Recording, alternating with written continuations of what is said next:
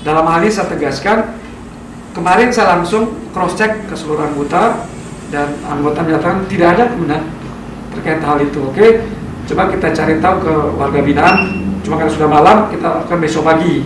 Nah, tadi pagi saya sudah membuat sprint, membentuk tim dan memeriksa kira-kira siapa di sekitaran atau di dalam blok ini ya yang tahu persis terkait dengan masalah uang ini, karena beredar kan itu ada intimidasi dan permohonan uang untuk pengurusan blok gitu bahasanya.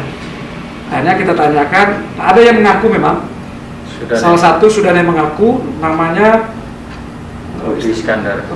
Budi Iskandar alias Benggol.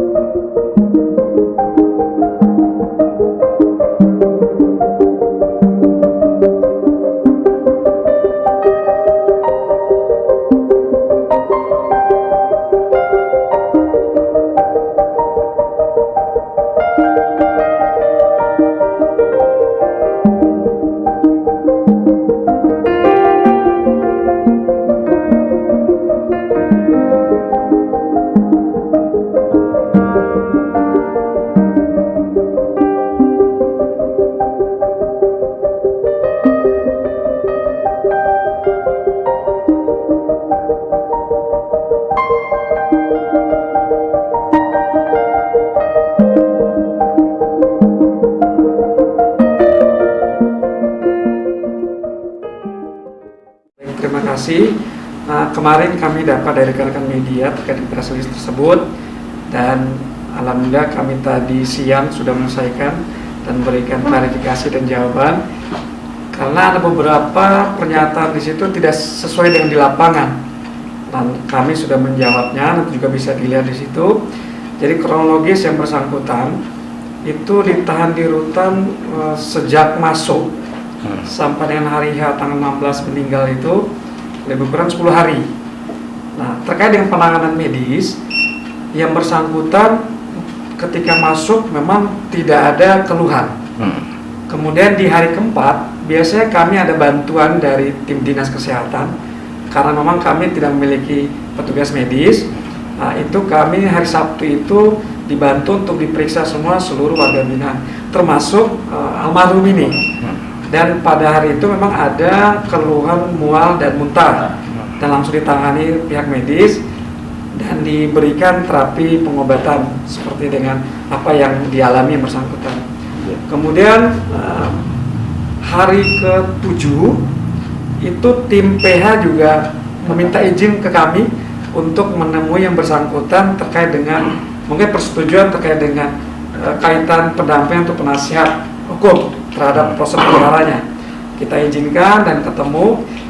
Di situ juga yang bersangkutan tidak ada keluhan sakit baik dari bersangkutan maupun dari tim pengacara. Jadi nggak ada keluhan yang sama dengan kami. Kemudian di hari ke-9 itu sampai hari ke-9 memang nggak ada keluhan lagi yang bersangkutan. Di hari ke-9 itu biasa regu pengamanan itu kontrol blok sekaligus serah terima penjagaan.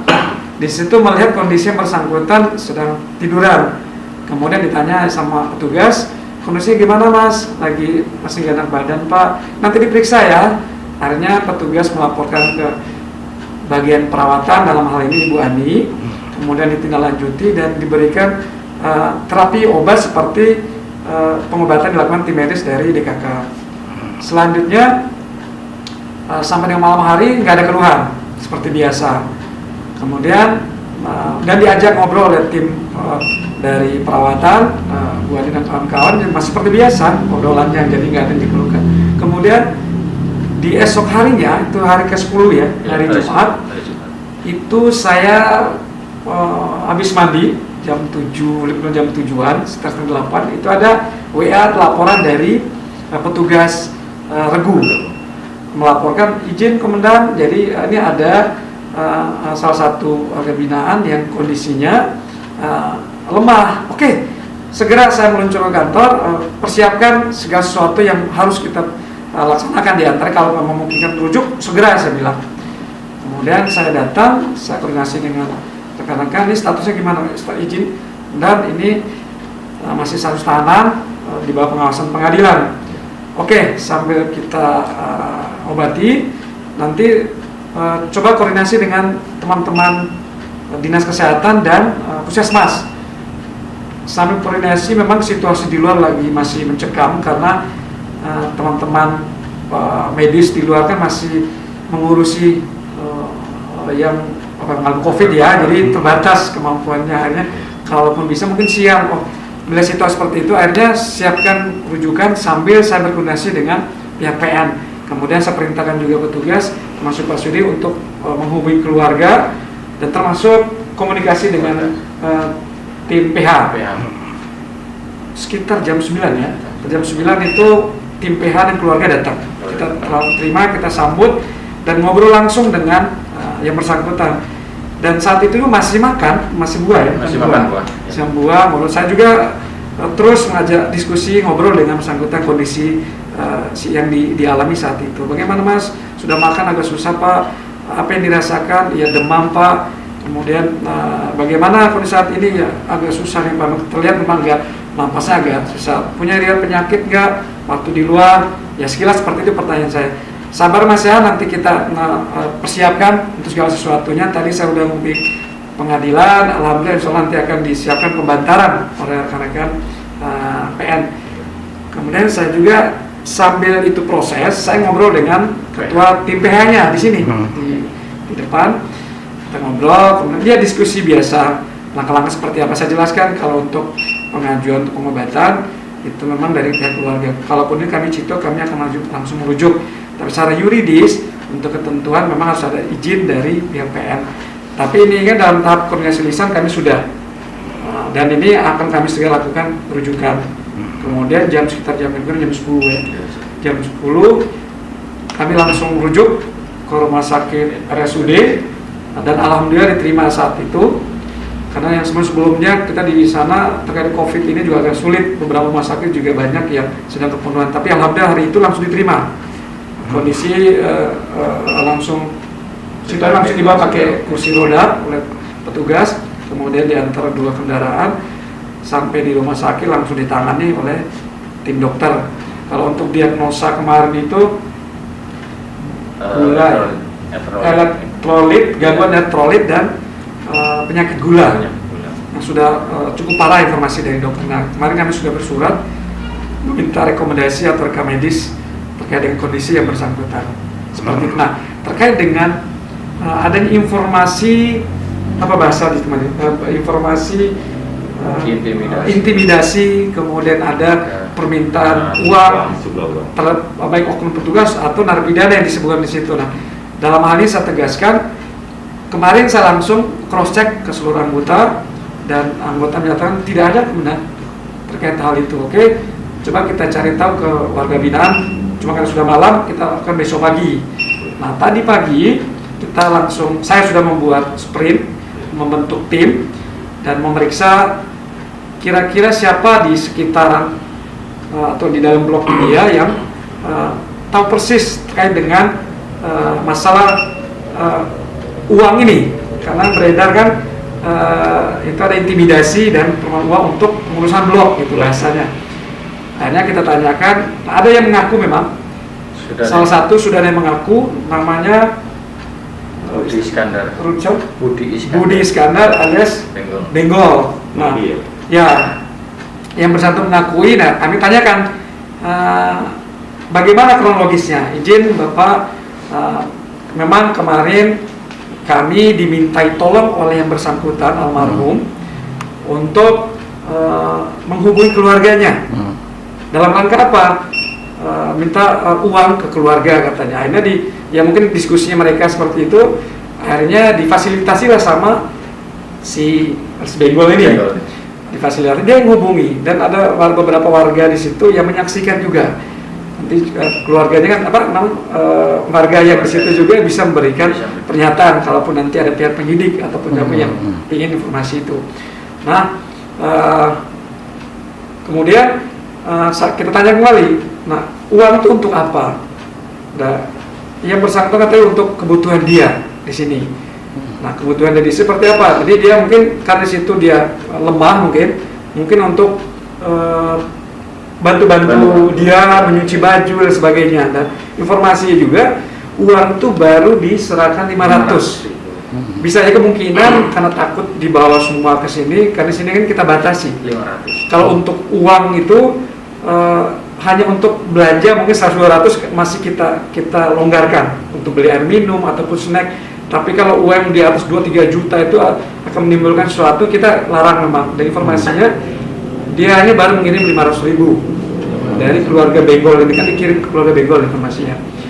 Kemudian kami sampaikan itu udah suatu pelanggaran, karena langsung kita BAP tadi. Yang bersangkutan dia mengakui, kemudian tapi nggak ada intimidasi ke yang bersangkutan, dan itu memang dia murni meminta tolong kepada kami untuk meminta bantuan ke keluarganya untuk kebutuhan dia di sini. Kemudian ini untuk tambahan juga, saya sekitar lebih kurang 1 tahun di sini. Hal-hal yang seperti ini memang bukan saja di sini, mungkin di lapas-lapas lain penipuan yang semacam ini sering terjadi di lapas rutan. Berapa kali sudah menemukan, waktu itu ada 2 kali kasus ya. Tapi untungnya keluarga ini konfirmasi ke kami.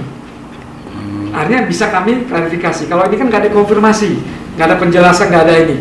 Nah waktu itu karena mungkin warga binaan yang dimintai tolong ini ya nggak kepikiran sampai akan disalahguna informasi bahwa mereka intimidasi, padahal yang bersangkutan sendiri yang meminta tolong ke sesama rekan. Sama rekan. Dan itu kan bukan ranah kami, karena itu kan kebiasaan mereka di dalam. Walaupun ada pelanggaran, mereka memfasilitasi untuk menghubungi keluarga itu pelanggaran. Nah, itu sudah kami BAP dan kami akan lakukan mendisiplin untuk internal. Nah, terkait dengan persoalan yang sama yang mirip-mirip itu, waktu itu pernah terjadi, mungkin kalau saya awal saya masuk ya 2020, ada keluarga yang mengadu ke salah satu petugas, wah kalau gitu berkenan nggak keluarga kemari, nanti saya langsung ketemui, atau enggak saya ke rumah keluarga, saya bilang gitu. Berkenan Bapak, oke. Kalau nggak khawatir kesini, biar saya ke rumah nggak Pak? Berkenan ke sini, oke. Saya panggil, dia ceritakan, Bapak kami dimintai uang, dia suruh petugas dan sebagainya. Oke, berapa nilainya? Itu 3 juta juga dulu ya, salah ya, lebih kurang gitu. Oke, atas nama siapa? Nih kita panggil lah.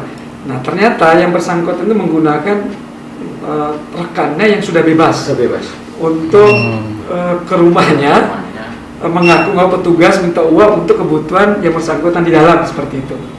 Nah, kita panggil, kita klarifikasi, napi yang fasilitasi itu dan warga binaan keluarganya ini saya panggil ke sini.